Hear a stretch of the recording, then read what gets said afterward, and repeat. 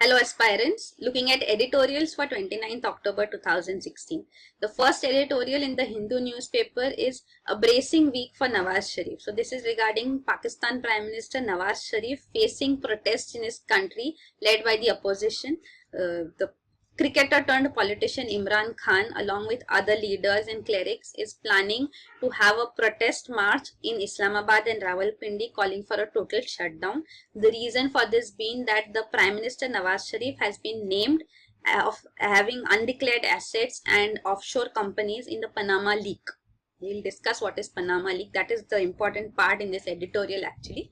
So because of that, because of these corruption charges, they are calling for him to step down.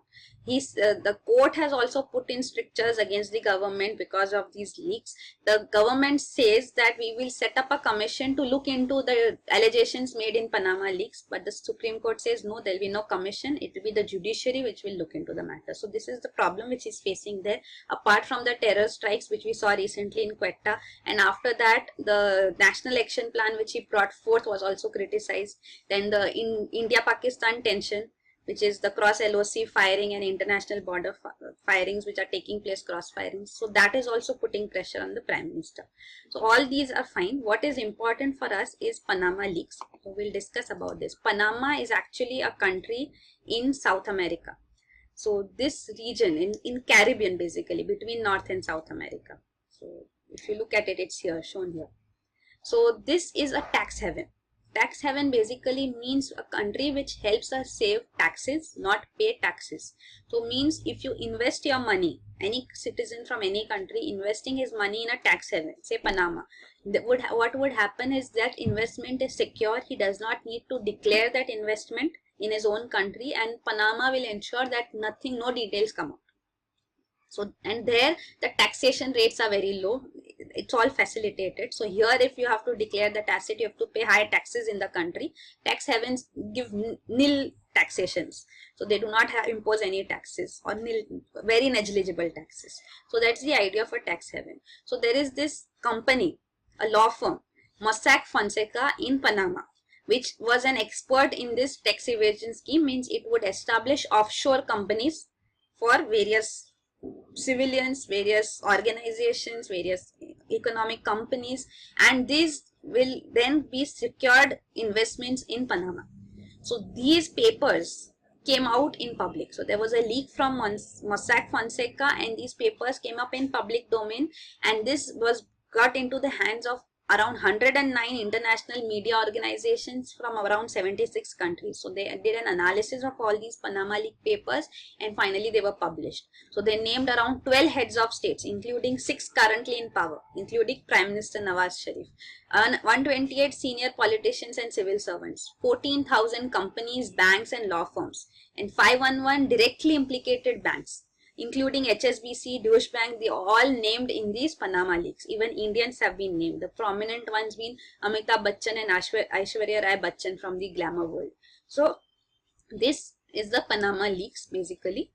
So it had resulted in a huge furor all over the world. These are the countries. There were none from USA and Canada, but yeah. So these people, many people from these countries have been named in this Panama leaks. So these all are countries actually which are tax havens too. So they have been named.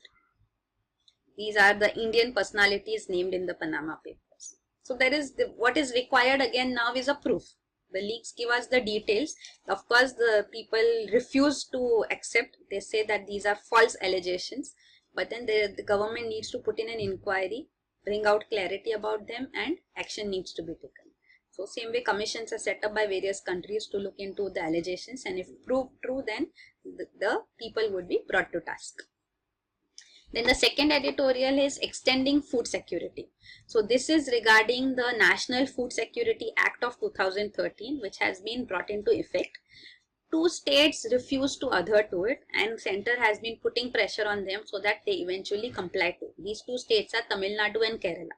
The reason that they are not adhering to is that they have their own PDS system, public distribution system, the subsidized food grain system, which they want to continue with. So they say our system is as good as that, we don't want to come under the National Food Security Act. But the center put pressure on them. They said that the food food grains allocation which is done for them. For rice, it is 8.3 rupees per kg, at which center allocates foods to states. So the center said that if you don't adhere to this, then for your monthly allocation, we'll not give you rice at this subsidized rate, but we'll give you rice at 22.54 kg per kg of rice. So that will be the price taken. This is the price for APL, above poverty line category. So becoming under pressure that this would result in a huge cost on the exchequer for these states, they have finally agreed to accept, and they said we'll adhere to National Food Security Act obligations also, but we'll continue with our system too. So the system here is they provide universal PDS, means everybody is under the public distribution system. So, and National Food Security Act is for the needy, the poor sections of the society. So we look at the provisions of NFSA 2. This is passed in September 2013. It provides 5 kg of food grains per person per month to priority households. So these priority households are the poor households, and that extension is also wide. And for Antyodaya households, which are the poorest amongst the poor, so for these households 35 kg per household will be provided per month. So at subsidized rate, the subsidized rate is very low. It is rupees 3, 2 and 1 for rice, wheat and millet respectively. So this is the PDS price of these food grains. So this will be there for 3 years. After that it may be revised too. So presently this is the price. Now this program, National Food Security Act, will cover, it says, 75% of all rural population and 50% of the urban population. So it has a huge coverage too. Priority area households and Antyodaya households combined. And what these countries provide, what these states provide is actually overall universal PDS. So Kerala has universal PDS. It provides rice at 2 kg for BPL and a universal PDS in place. Tamil Nadu also provides 20 kg free rice for a month.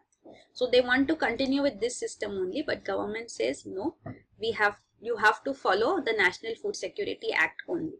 So that is there in place. They also wanted, before coming under National Food Security Act, that the Aadhaar numbers will be seeded into the PDS system so that family cards can be provided and there will be no duplication. So duplicate beneficiaries can be, bogus beneficiaries can be eliminated. So that is a process which these states have also started. So let's see now. Presently the editorial says that what should be in place. That center should put pressure on states and they should adhere to what it wants, or states also have the discretion to have their own acts. So that is, but then what has happened is National Food Security Act only will be applicable all over India in these 2 states also.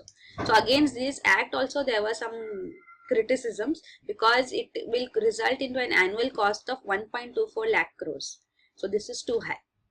This is an act passed by Sonia Gandhi government. It came up also as an ordinance first and then it became an act. So it would be a huge cost on the exchequer actually, and this was done just before election. So it was also said that the reason for a haste to this is the election time. So but then it says that even without National Food Security Act, still subsidies are provided by government, food subsidies there. So anyway it's a huge burden on the exchequer. So there is no harm in rationalizing it under this act.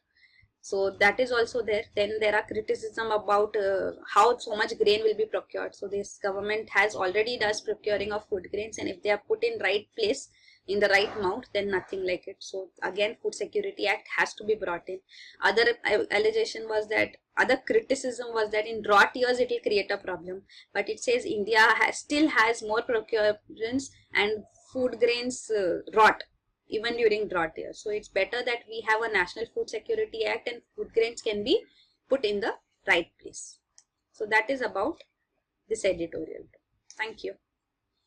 About the articles in the Hindu newspaper today, there are 2 articles. On Saturday you have the perspective page full of an article, Ground Zero, which details out. Today it is about India-Pakistan marriages, Pakistani women who are there in India, in Bhatkal in Jammu and Kashmir. So this is a place which has now become prominent as a terror hub. So how these women here face troubles because they are Pakistani nationals. So how they suffer in India. So that is the coverage here, not important for an exam perspective. And the lead article is again about US presidential elections and about Donald Trump. So again it is of no insignificance for us. So there are no questions which we have framed for today. Thank you and happy Diwali.